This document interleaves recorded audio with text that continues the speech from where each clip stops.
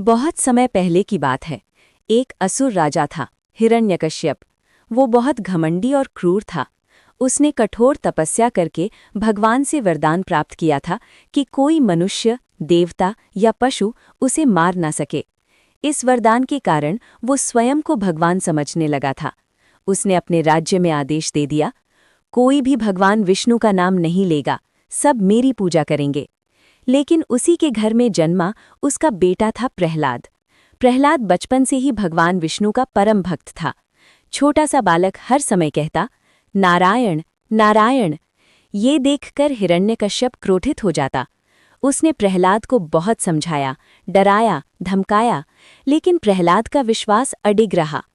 क्रोध में अंधा होकर हिरण्यकश्यप ने अपने ही पुत्र को मारने के अनेक प्रयास किए।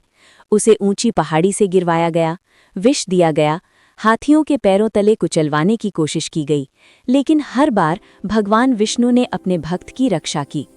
हिरण्यकश्यप की बहन थी होलिका। उसे वरदान था कि अग्नि उसे जला नहीं सकती। हिरण्यकश्यप ने योजना बनाई, होलिका, तुम प्रहलाद को गोद में लेकर अग्नि में बैठ जाओ, तुम सुरक्षित रहोगी और ये बालक जल जाएगा। होलिका प्रहलाद को लेकर अग्नि की चिता पर बैठ गई। चारों ओर अग्नि की लपटें उठने लगीं, लेकिन प्रहलाद शांत था। उसकी आंखें बंद थीं, वो भगवान विष्णु का स्मरण कर रहा था। और तभी चमत्कार हुआ। होलिका का वरदान निष्फल हो गया। वो अग्नि में जलकर भस्म हो गई और प्रहलाद सुरक्षित बाहर निकल आया। ये देखकर हिरण्यकश्यप और क्रोधित हो गया। तभी भगवान विष्णु ने नरसिंह अवतार धारण किया, आधा मनुष्य आधा सिंह रूप।